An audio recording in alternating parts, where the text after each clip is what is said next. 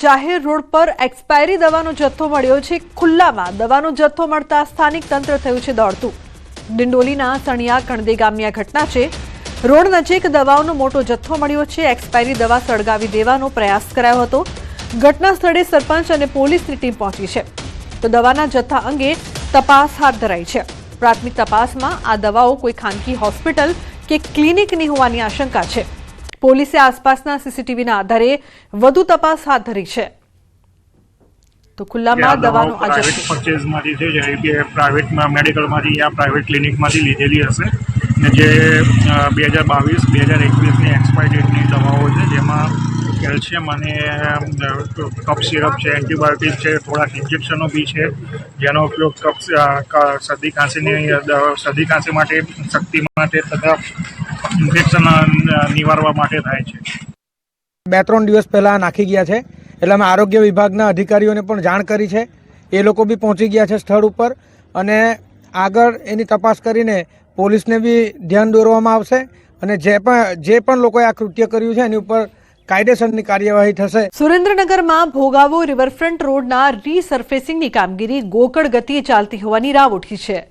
મહાનગરપાલિકા દ્વારા જિલ્લા પંચાયતથી આર્ટ્સ કોલેજ સુધી આરસીસી રોડ બનાવવાની કામગીરી છેલ્લા 1.5 થી 2 મહિનાથી ચાલી રહી છે। રિવરફ્રન્ટના રીસર્ફેસિંગની ધીમી કામગીરીના કારણે વાહન ચાલકો અને લોકોને ભારે ટ્રાફિક જામ અને હાલાકીનો સામનો કરવો પડી રહ્યો છે।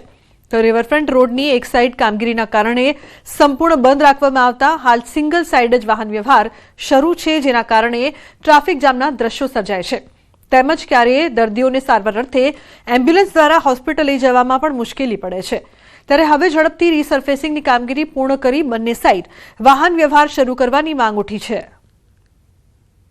રિવરફ્રન્ટમાં સીસી રોડનું કામકાજ ચાલુ કરેલ છે એ આજે 1.5 થી 2 મહિના થઈ ગયા તેમ ગોકળ ગતિએ કામ ચાલે છે।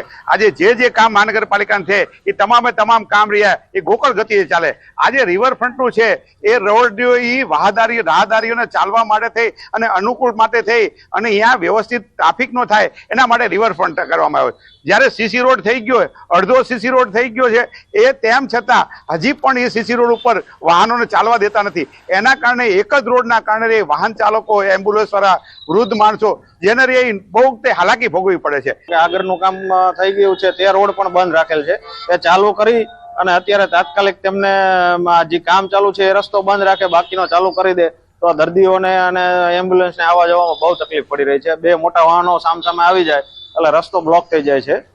જિલ્લા પંચાયતથી એમપી શાહ કોલેજના ઢાળ સુધી જે આરસીસી રોડ વર્કની કામગીરી શરૂ થઈ રહી છે એ અંદાજિત 8 કરોડની આસપાસ એનો અંદાજિત ખર્ચ છે અને એની પાછળનો મુખ્ય હેતુ એ છે કે જે ચોમાસા દરમિયાન વરસાદનું પાણી ભોગાવા નદીમાં ઉપર થઈને આવતું હતું એના લીધે આપણે ડામરનો રોડ ઘણીવાર ધોવાઈ જવાના પ્રશ્નો ઉદ્ભવતા હતા।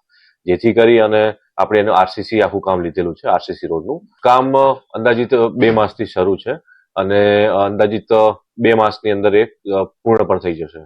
શહેરમાં વીજ પુરવઠાને વધુ મજબૂત અને વિશ્વસનીય બનાવવા માટે પીજીવીસીએલ દ્વારા અંડરગ્રાઉન્ડ કેબલ નાખવાની મહત્વની કામગીરી હાથ ધરવામાં આવી છે। શહેરમાં અંદાજે 14 કિલોમીટરમાં 11 કેવી અંડરગ્રાઉન્ડ લાઇન નાખવાની કામગીરી કોસ્ટલ વિસ્તાર હોવાથી ચક્રવાત, ભારે પવન અને વરસાદ જેવી કુદરતી આપત્તિઓ દરમિયાન વારંવાર વીજ પુરવઠો ખોરવાતો હોય છે। આ સમસ્યાને ધ્યાનમાં રાખીને રાજ્ય સરકારે આ પ્રોજેક્ટ અમલમાં મૂક્યો છે। અગાઉ પણ પીજીવીસીએલ દ્વારા 13 કરોડના ખર્ચે 64 કિલોમીટરની કામગીરી કરવામાં આવી છે। આ કામગીરી પૂર્ણ થયા બાદ કુદરતી આપત્તિઓ સમયે પણ શહેરમાં વીજ પુરવઠો યથાવત રહેશે।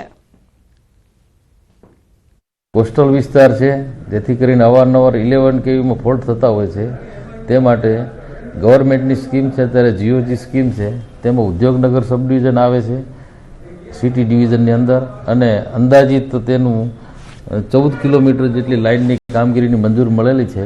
તેની અંદાજિત એમાઉન્ટ છે 70 કરોડ જેટલી છે અને ભવિષ્યમાં જે કંઈ સિટીના 11 કેવી છે એ સંપૂર્ણપણે અંડરગ્રાઉન્ડ કરવાનું પ્લાનિંગ છે। ગીર પંથકના અનેક ગામોમાં અણધારી આકાશી આફતે ખેડૂતોના મોઢે આવેલો કોળિયો છીનવી લીધો છે। ગત મોડી સાંજે કોડીનાર અને સૂત્રાપાડા તાલુકાના ગ્રામ્ય વિસ્તારોમાં અચાનક પડેલા કમોસમી વરસાદ સાથે ભારે પવનના કારણે ઊભા પાકને ભારે નુકસાન થયું છે। માત્ર 15 થી 20 મિનિટના ટૂંકા સમયગાળામાં આવેલા આ કુદરતી પ્રકોપે પાકોને જમીનદોસ્ત કરી દેતા ખેડૂતોને હવે રાતા પાણીએ રોવાનો વારો આવ્યો છે। ચોમાસામાં પડેલા માવઠાના માર બાદ ખેડૂતો હજુ માંડ બેઠા થયા હતા, ત્યાં તો ફરી આ અણધારી આફતે ફરી ખેડૂતોની મુશ્કેલી વધારી છે. આ ઉપરાંત ગીર પંથકમાં મહત્વપૂર્ણ ગણાતી કેસર કેરીની ખેતીને પણ મોટો ફટકો લાગ્યો છે, જેના કારણે આવનારી સિઝનમાં ઉત્પાદન ઘટવાની ભીતિ સેવાઈ રહી છે. ચોમાસાના માવઠા બાદ માંડ બેઠા થયેલા ખેડૂતોને મોઢે આવેલો કોળિયો આ આકાશી આફતે છીનવી લેતા હવે સરકાર ત્વરિત સર્વે કરીને યોગ્ય વળતર ચૂકવે તેવી માંગ ઉઠી રહી છે. આ ઘઉં છે ઢળી ગયા પછી એમાં કોઈ વસ્તુ હાથમાં આવે જ નહીં, એ ઝીરું થઈ જાય, એ પછી દાણો છે ને હાવ ઈણપડો થઈ જાય, એમાં કઈ હતરે નહીં. હવે આફત છે, કુદરતી આફત છે, આપણા તો હાથની નથી કઈ. હવે તો શું કરવું, ખેડૂત તો આપણે તો આ થોડા નાખ્યા હતા, એ દીધા ને આપણે નાખ્યા ઘઉંમાં. હવે ઘઉંમાં પાસે આફત આવી તો હવે સોયફર નહીં રહે. એક એવી ઝાપટ આવી એટલે બધા ખેડૂતોના ઘઉં છે પાથરે પડી ગયા, અને મારે તો મોઢે આવેલો કોળિયો કેમ છીનવાય છે એ ટાઈપનું થયું. અને આંબા હતા એના પણ મોર હતા એ ખરી ગયા, અને બીજા બાજરા હતા એ પણ પાથરે પડી ગયા, અને જુવાર હતો એને પણ નુકસાન બહુ આવેલું છે. ખેડૂતો પાસે બીજો કોઈ આવકનો કોઈ સાધન નથી. આ એક ઉપર મીટ હતી, કારણ કે જે પૈસા માંડવીના થોડા આવ્યા હતા એ આમાં નાખ્યા. આ બધી પાથરે પડી ગયા. ઘઉં છે એ પોષણ ન થાય એટલે ઘઉં છે એ હાથમાં ન આવે. દરેક પાકને સાહેબ નુકસાન થયું છે. ઘઉં અત્યારે છેલ્લા પાણી પાઈને પાકમાંથી આવી ગયા છે ને ઘઉંને જમીનદસ્ત કરી દીધા છે. હવે આમાં ખેડૂએ બધો ખર્ચો કરી દીધો ને છેલ્લા સમયે નુકસાન થયું. આમનામ અવારનવાર એક ઉપર જો ગયા ઉનાળાનો પાકમાં અમારો સુથી નાખ્યો વરસાદે માવઠાએ, ત્યાર પછી ચોમાસાની અંદર અમે માંડવીના બરોબર પાથરા કરી રહ્યા તો પાથરા 12 દિવસ સુધી અમારા પાણીમાં હળ્યા છે. ને તે પછી અત્યારે ઘઉંનો પાક લીધો તો ઘઉંમાં પૂરું ખર્ચ કરીને અમે બહાર નીકળ્યા, જ્યાં પાક લણણીનો સમય આવ્યો ત્યાં જમીનદસ્ત થઈ ગયા છે. હવે આમાં અમારી નુકસાનીનો કોઈ પાર જ નથી. હવે આમાં ખેડૂત કઈ રીતે બેઠા થાય? આ બધા ઘઉં પાવ તળિયે નાખી દીધા.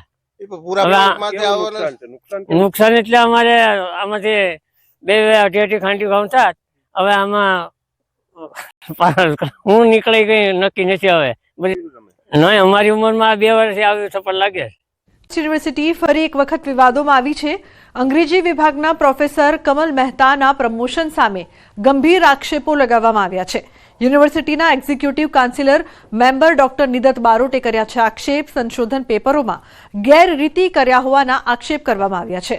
વર્ષ 2015-20ના સંશોધન પત્રો નવી તારીખ સાથે રજૂ કર્યાના આક્ષેપ છે. સમગ્ર મામલે શિક્ષણ વિભાગે આપ્યા છે તપાસના આદેશ. આ બન્યું છે એવી રીતે કે એની પાસે જે પેપરો હશે અથવા એને કોઈક પાસે કરાવ્યા હશે અને કહી દીધું હશે કે મને જૂના વર્ષમાં અપલોડ કરી આપો, એટલે આ જૂના વર્ષમાં અપલોડ થયા છે. એટલે જ આવી ભૂલ થઈ હોય કે 15ના પેપરમાં NEP 2020 લખાયું હોય અને 15ના પેપરમાં 2018ના પેપરનું રેફરન્સ આપવામાં આવ્યો હોય. પહેલી દ્રષ્ટિએ યુનિવર્સિટી સાથે છેતરપિંડી કરી જૂની તારીખમાં પેપર છપાવ્યા હોય એવું લાગે છે. સમગ્ર મામલે ડોક્ટર કમલ મહેતાએ આપ્યું છે નિવેદન. તમામ આરોપોને ગણાવ્યા છે પાયાવિહોણા. પોતાને બદનામ કરવાનું ગણાવ્યું છે કાવતરું. એનો ગણતરી એવી હતી કે જે એકેડેમિક કાઉન્સિલમાં વર્ષોથી રહ્યા હોય એ પ્રમાણે સિનિયોરિટી ગણાવી જોઈએ. પણ ગુજરાતનો જે કોમન યુનિવર્સિટી એક્ટ છે એમાં કહે છે કે નિમણૂકની તારીખ છે એ પ્રમાણે સિનિયોરિટી ગણાવી જોઈએ. એને ખૂબ મહેનત કરી 4-5 લોકોએ, પણ એમાંય સફળ ન થયા. એટલે મુદ્દો ગયા વખતે ચર્ચા પૂરી ન થઈ અને હવે નેક્સ્ટ ચર્ચા લેવામાં આવશે. હવે એને બીક છે આ બોર્ડ ઓફ મેનેજમેન્ટ જશે તો હવે એને તો સત્તા વગર ક્યાંય રહેવામાં પોસાતું નથી. બધી જગ્યાએ લઈ જ લેવું, આખો દિવસ યુનિવર્સિટી પડ્યા પાછા જવા, કોલેજમાં કોઈ જવું નહીં.